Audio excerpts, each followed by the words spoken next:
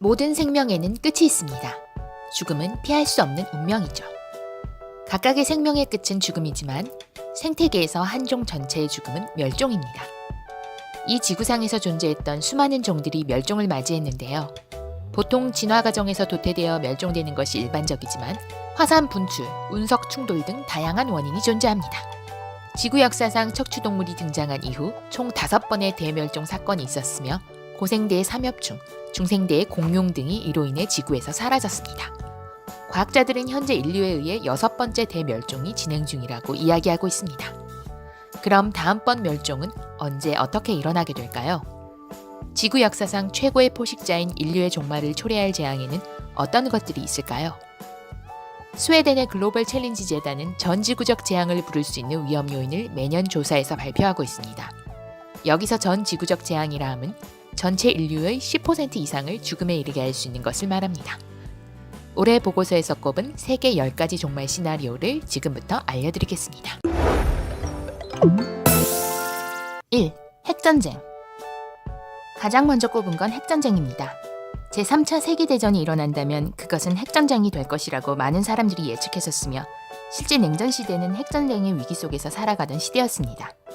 지금은 핵전쟁의 가능성이 많이 줄어들었다고는 하지만 만약 핵폭탄이 투하된다면 반경 4km 안의 생물 치사율이 80에서 95%입니다. 더 끔찍한 건 그 뒤에 오는 핵겨울입니다. 핵먼지가 햇빛을 가려 기온을 크게 떨어뜨리며 4에서 5년에 걸쳐 최고 8도까지 내려갈 수 있습니다. 당연히 농작물 재배가 불가능해집니다. 많은 영화나 소설의 소재가 될 만큼 사람들의 관심도 높은 편입니다. 2. 생화학전. 이어 생화학전이 두 번째 인류를 멸망시킬 수 있는 후보로 꼽혔습니다. 생화학 무기는 핵무기에 비해 파괴력은 떨어지지만 제조 비용이 핵무기보다 저렴합니다. 대량 살상 무기로서 냉전 시대 미국과 소련은 핵무기뿐만 아니라 생화학 무기 개발에도 열을 올렸습니다. 대규모로 쓰인 적은 없지만 국지적으로는 전쟁에서 많이 쓰였으며 특히 시리아 내전은 화학무기의 참상을 잘 보여줬습니다. 이라크 후세인 정권 하에서 생화학 공격을 받은 쿠르드족 거주지는 아직도 높은 바람일로 고통받고 있으며 작물도 제대로 자라지 못하는 죽은 땅이 돼버렸습니다. 3. 기후변화. 전 세계 곳곳에서 기후변화로 인한 이상징후가 나타나고 있습니다. 산업활동으로 배출되고 있는 온실가스는 이미 지구의 기온을 1도 높였습니다. 2도가 넘으면 지구 곳곳이 더 강력하고 잦은 홍수, 가뭄, 한파, 태풍 등 이상기후에 직면하게 됩니다. 그런데 3도가 넘게 상승할 가능성이 이미 30%를 넘는다고 합니다. 과학자들은 기후변화로 인한 재앙을 막을 수 있는 시간이 12년밖에 남지 않았다고 경고하고 있습니다. 4. 생태계 붕괴. 인간 활동이나 자연재해가 생태계 붕괴의 원인입니다. 자연엔 스스로 회복하는 힘이 있지만 한계가 있습니다. 일부 과학자들은 이미 한계점을 넘었을지도 모른다고 말하고 있습니다. 수많은 동물이 멸종하여 1970년대 이후 척추동물 개체수는 58%나 감소했으며 우리가 발견하기도 전에 멸종했을 것이라고 생각되는 생물도 무수히 많다고 예측하고 있습니다. 지금 이 순간도 많은 생물들이 멸종의 위기에 서 있습니다. 생태계 기반이 빠르게 무너지고 있습니다. 5. 전염병. 집단 생활을 하는 인류에게 전염병은 큰 위협이 되어 왔습니다. 인류는 6세기 유스티아누스 역병과 14세기 흑사병 두 차례에 걸쳐 당시 세계 인구의 13에서 16%가 목숨을 잃는 경험을 했습니다. 최근에도 조류 독감, 신종플루, 메르스 등의 전염병의 유행으로 사람들은 목숨을 잃고 있으며 과거처럼 백신이나 치료제가 없는 전염병의 대유행으로 많은 인류가 목숨을 잃게 될지도 모른다는 두려움을 가지고 있습니다. 사람들에게 인기 있는 좀비 소설, 영화 등도 결국 전염병인 좀비 바이러스가 온 세계에 퍼져 사람들의 대부분이 죽게 된다는 이야기인데요. 전염병의 공포에 대한 이야기라고도 할 수 있습니다. 도시화와 세계화, 내성 박테리아의 등장은 전염병의 확산 위험을 더 높이고 있습니다. 6. 소행성 충돌. GCF의 보고에서는 12만 년에 한 번꼴로 일어날 수 있다고 말합니다. 과학자들에 따르면 소행성은 공룡 멸종을 비롯해 3차례의 대멸종에 관여했습니다. 소행성 충돌로 인해 당시 공룡을 비롯한 전 지구의 생물종 70%가 사라졌습니다. 공룡을 멸종시킨 것보다 10분의 1 크기의 작은 소행성에도 수억 명이 희생될 수 있다고 합니다. 7. 화산 대폭발. 고생대 폐등기 대멸종의 원인입니다.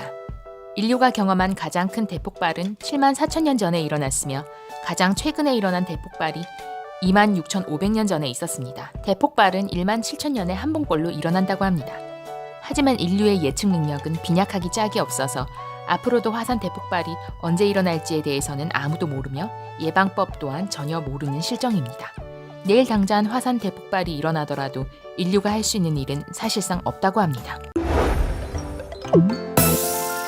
8. 태양지구공학. 태양지구공학은 성층권에 에어로졸을 쏘아 태양으로부터 오는 빛과 열을 우주로 돌려보내는 기술입니다. 2019년 상반기에는 하버드대 연구진에 의해서 지표면으로 들어오는 태양빛을 줄여 지구온난화를 늦추는 실험이 추진됩니다. 빛을 잘 반사하는 방해석 미세입자를 상공 20km 성층권의 100g가량 살포해 반경 1km의 반사층을 형성한 뒤 지구로 들어오는 태양빛의 감소량과 온도 변화, 미세입자와 대기 중 화학물질의 상호작용 등을 관찰할 예정입니다. 지구공학 실험을 실제 지구 환경에서 수행하는 것은 이번이 처음입니다. 그러나 양날의 칼입니다. 이로 인해 지구 기후나 생태계가 불안정해져 또 다른 재앙을 일으킬 수 있다고 합니다. 9. 인공지능. 인공지능은 우리 생활을 편리하게 해주는 이제는 없어서는 안 될 존재이지만 이 인공지능을 악용할 경우 가공할 무기가 될 수 있습니다. 현재도 인공지능에 대한 낙관적인 전망과 비관적인 전망이 맞서면서 논란이 되고 있는데요. 인공지능이 발전을 거듭하여 인류 전체의 지능을 뛰어넘는 초지능이 만들어지거나 인류가 대항할 수 없는 순간이 왔을 때 인공지능이 인류의 멸망을 초래할 수 있다는 것이죠. 영국 옥스퍼드 대학에서 강한 인공지능이 출현하게 되는 수십 가지의 시나리오를 시뮬레이션했을 때 인류 멸망이라는 결과가 나왔다는 연구 결과도 있었습니다. 10. 아직 등장하지 않은 위험들. 보고서가 꼽은 마지막 위험은 아직 등장하지 않은 위험들입니다.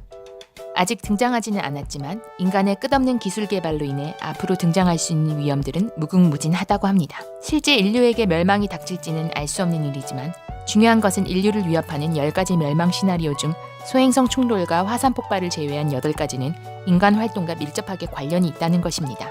즉, 우리가 우리의 멸망을 자초하고 있다는 것이죠. 1만 2천 년 동안 안정적이었던 자연 환경이 인간의 활동으로 인해 최근 50년 사이 급변했습니다.